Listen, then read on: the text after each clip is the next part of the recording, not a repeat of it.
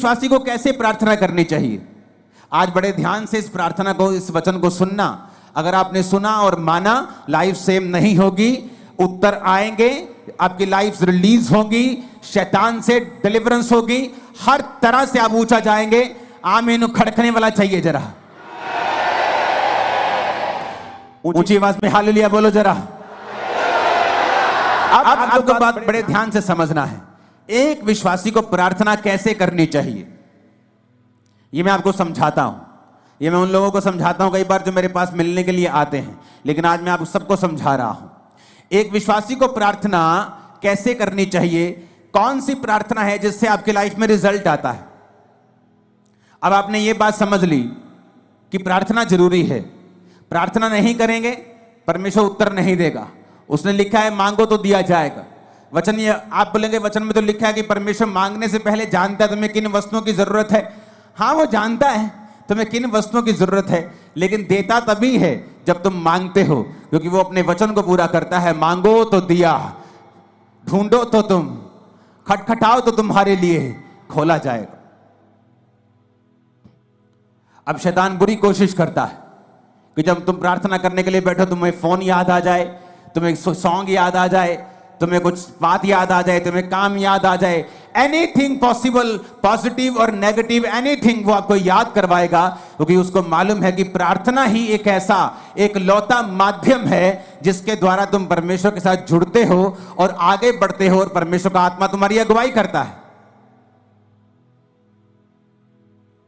Hallelujah.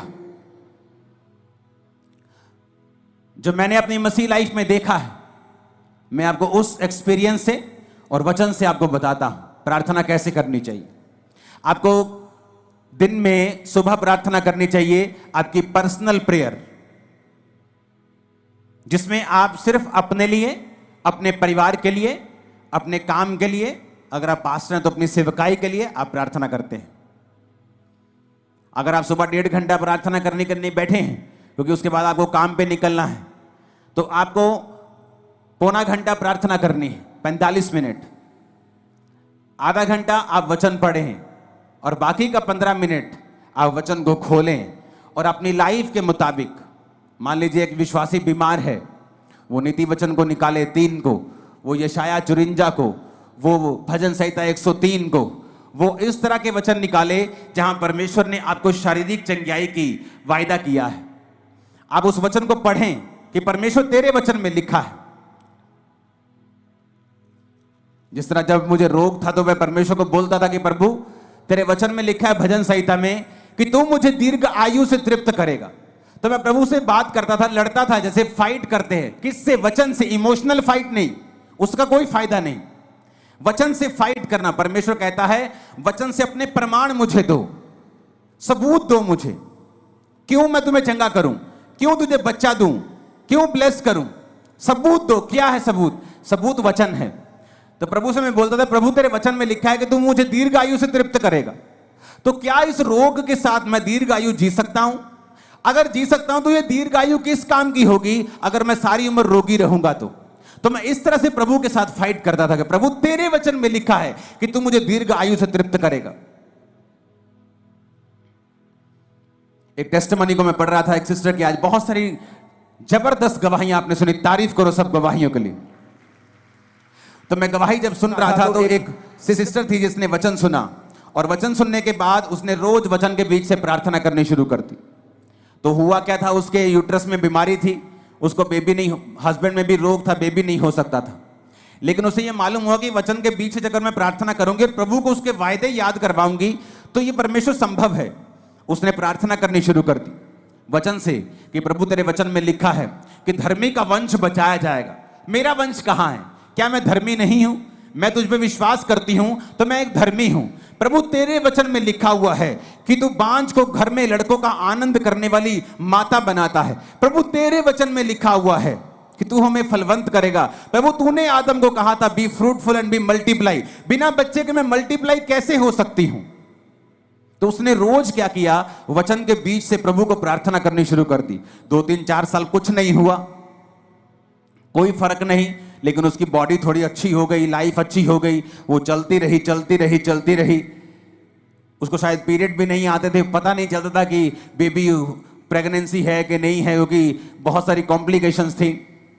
एक दिन अचानक अपने रेगुलर डॉक्टर से जब चेकअप करवाने के लिए गई, वो 2nd मंथ की प्रेग्नेंट थी और परमेश्वर ने उसको एक बेटा दिया। उसके बाद परमेश्वर ने उसको एक बेटी दी, दोनों जीवित हैं।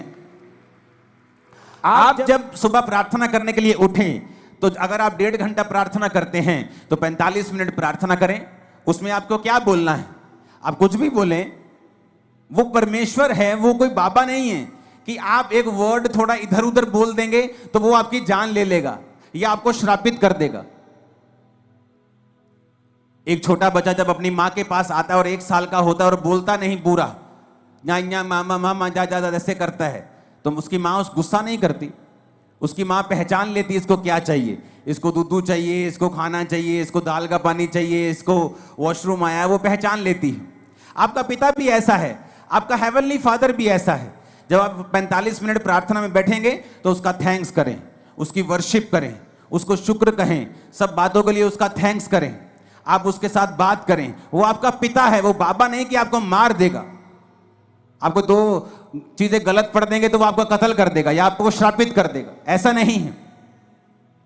लेकिन वो ऐसा परमेश्वर भी है जो ये कहता है कि अपना प्रमाण मुझे दो, जो ये चाहता है कि उसके बच्चे एक्टिव रीति से ये जाने कि वचन में क्या लिखा है और वचन में कौन सी चीजें हैं, क्या अधिकार हैं हमारे पास वचन के बीच से जो हमें इस्तेमाल करने हैं।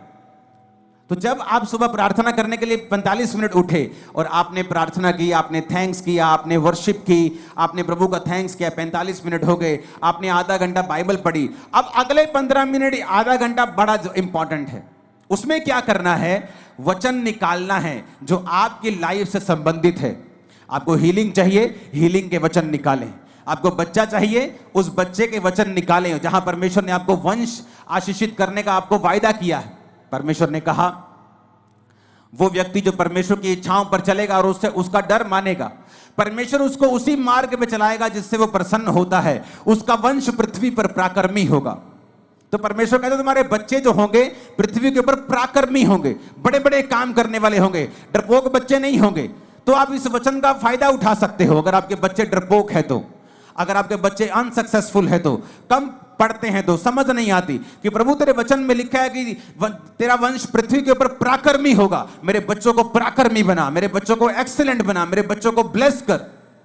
हर एक चीज के लिए बाइबल में परमेश्वर का वायदा है, वचन है।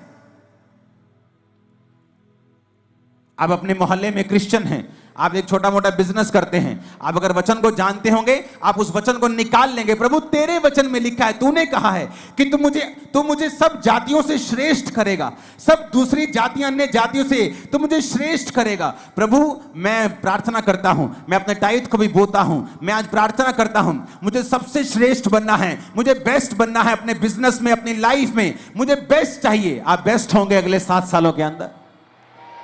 लेकिन क्या आपने वो मांगा? नहीं, आपने मांगा नहीं। आप चाहते हैं हो, आप विश करते हैं प्रभु मुझे हील कर दे। आप जीनी के पास नहीं है कि आपने रगड़ा और जीनी निकला और आपने कहा क्या चाहिए, उसने कहा क्या चाहिए, आपने कहा मुझे चंगा कर दो। परमेश्वर कहता मांगो तो दिया जाएगा, अपने प्रमाण दो, अपना मुकदमा लड़ो। आज लोगों को इतना भी मालूम नहीं है कि जो उन्हें चाहिए बाइबल में कहां लिखा है। कुछ का बहाना है वो तो अनपढ़ है। आज अगर तुम्हारी बहन वेस्टर्न यूनियन में 10,000 रुपए भेज दे इंग्लिश में लिख के, तुम भाई साहब 15 मिनट में पैसे निकाल के ले आओगे। तुम्हें पता है किससे पढ़वाना है, किसको 10 रुपए का लालच देना है, किस पोते को बोलना है, किस पोती को बोलना है 100 रुपए देके और पैसे निकलवा के लेके आने। लेकिन जब बाइबल पढ़ने का समय आता है, आपको ट्यूशन रखनी चाहिए अगर आप अनपढ़ है तो। 2 महीने में बाइबल पढ़नी सीखो, खुद समझो बाइबल में कहां कहां वो वचन लिखे हैं जो आपको जरूरी चाहिए, जो आपके लिए एक हथियार की तरह काम करेंगे। हालेलुया, ऊंची आवाज में हालेलुया बोलो जरा। अगर आप प्रार्थना नहीं करेंगे इसका मतलब आपने प्रभु से मांगा नहीं, आपने मांगा नहीं, आपने पाया नहीं। उसने कहा मांगो तो दिया जाएगा। तो मेरी प्रार्थना कैसे होती थी? सुबह जब प्रार्थना करो तो मैं लिखे हुए पॉइंट्स के साथ प्रार्थना करता, मुझे ये चाहिए, वो पॉइंट लिखना उस पॉइंट के हिसाब से वचन निकालना और प्रभु को कहना, प्रभु तेरे वचन में लिखा हुआ है, मैंने नहीं लिखा, तूने लिखा है, तूने लिखा है अपने वचन में, इस वचन को परमेश्वर मेरी लाइफ में पूरा कर। वचन के साथ 15 मिनट के लिए लास्ट प्रार्थना करना, वचन से परमेश्वर को याद करवाना।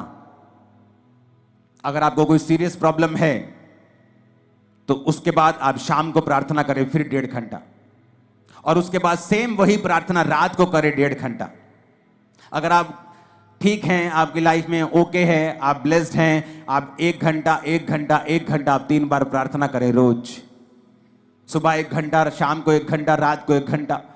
आप शाम को 1 घंटा नहीं दे सकते, अब आप काम, बिजनेस वूमन है, आप काम करने जाती हैं, आप एक बिजनेसमैन हैं, तो आप सुबह को 1.5 घंटा, रात को 1.5 घंटा परमेश्वर को दें। अपने दिन की शुरुआत प्रार्थना से करें, रात का अपना दिन का अंत प्रार्थना से करें। आप परमेश्वर को लिखे हुए वचनों से बताएं कि आपको क्या चाहिए, अपने पॉइंट्स को लिख कर रखें, उन पॉइंट्स के हिसाब से बाइबल के वचन निकालें और फिर परमेश्वर को उन वचनों से बताएं कि परमेश्वर मुझे ये चाहिए क्योंकि तेरे वचन में ये लिखा हुआ है। अगर आप अपना मुकदमा नहीं लड़ेंगे, अगर आप अपने मुकदमा पेश नहीं करेंगे, आप वचन के बीच से होकर लड़ाई नहीं करेंगे तो आपको नहीं मिलेगा। समझ आ रही है सबको? अब अपने आप में अंदर एक पंजाबी कहते झाती मार के देखो अंदर जरा कि कितनी प्रार्थना करते हैं आप, या जो आपको चाहिए कि आपने उससे इनफ मांगा है, जो आपको प्रभु से चाहिए क्या आपने उसके लिए फाइट की है, क्या आपने उसके लिए लड़ाई की है? नहीं की। अगर केस बड़ा हो, आम बुखार हो तो पैरासीटामोल से ठीक हो सकता है, लेकिन बुखार अगर टीबी की वजह से हो तो टीबी की दवाई खानी पड़ती है। केस बड़ा है, कैंसर बड़ा है, बीमारी बड़ी है, प्रार्थना आधे घंटे की है, बस यही बोलते रहते बेड पे बैठे, प्रभु कुछ कर, प्रभु मैंने चंगा कर, और ये नहीं कहते प्रभु तेरे वचन में लिखा है तेरे कोड़े खाने से हम चंगे हुए। आज मैं वचन के बीच तेरे पास आता हूं, तूने कहा है तू संकट के दिन तू मुझे पुकार तो मैं तुझे उत्तर दूंगा। तेरे वचन में लिखा हुआ है कि तू अपने धर्मी जन के अपराधों को माफ करता है, उनको चंगा भी करता है, लेकिन वचन के बीच से हमने कोई प्रार्थना नहीं की। यीशु मसीह को मालूम था कि मैं अपनी चर्च को कमजोर चेले नहीं दे सकता, डाइवर्टेड चेले नहीं दे सकता, क्योंकि जब प्रभु यीशु मसीह ने 12 चेले चुने तो मैं आपको बता सकता हूं परमेश्वर के पास सैकड़ों लोग थे जो उसको उस समय फॉलो कर रहे थे, और सैकड़ों लोगों में से परमेश्वर ने 12 प्रेरित चुने थे, और उन 12 प्रेरितों को चुनने से पहले प्रभु यीशु मसीह खुद परमेश्वर होने के बावजूद भी वो सारी रात पिता से प्रार्थना करने के लिए गए। आज हमें लगता है ये अच्छा है, ये अच्छा है, लेकिन परमेश्वर कहता है विद प्रेयर अगर तुम वो काम करोगे तुम कभी फेल नहीं होगे।